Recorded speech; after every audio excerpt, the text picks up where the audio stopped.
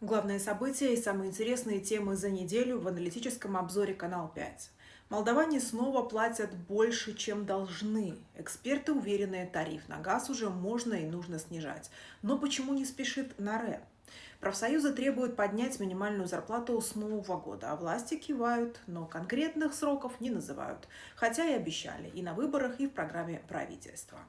Молдова может перестать быть аграрной страной. Фермеры бьют тревогу. Урожай некуда девать. Закупочные цены сплошные слезы.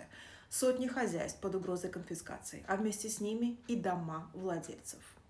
Новое правительство решило пойти по старому пути. Российский центр культуры и науки готовится закрыть. Посетители уверяют, никаких шпионов там не видели, только книги и концерты. Но, похоже, теперь и это под подозрением. Все, о чем молчат другие, в информационно-аналитическом проекте «Канал 5. Итоги недели» в субботу, 8 ноября в 19:00.